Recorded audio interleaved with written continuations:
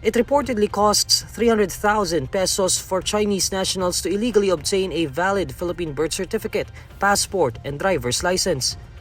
Citing his sources within the Chinese community, Senator Win Gatchalian reveals this in a virtual presser on Friday, July 12. By last Saturday, may nakausap ako sa Chinese community. Sinabi nila sa akin na ang running price pala para makakuha ng birth certificate kasama na passport, kasama na driver's license is 300,000. So, merong mga ganun na naglalakad, magbigay ka 300,000, bibigyan ka niya ng birth certificate, bibigyan ka niya ng passport, bibigyan ka niya ng driver's license at iba pa. Kumbaga, lalakarin niya na lahat yun.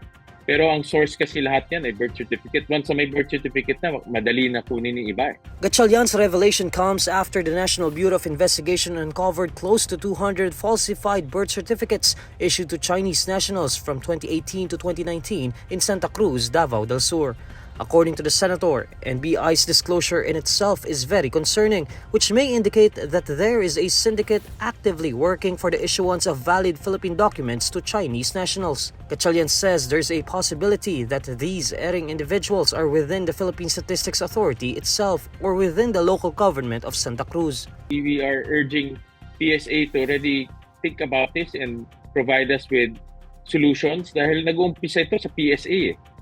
At ang setup kasi natin, PSA yung National Repository. Pero local government units ang may hawak sa civil registry. Meron tayong 1,700 plus local government units. So, just imagine, ang dami mong pwedeng puntahan para mag-file ka ng birth certificate. The senator says he has filed a resolution seeking to look closely into the matter.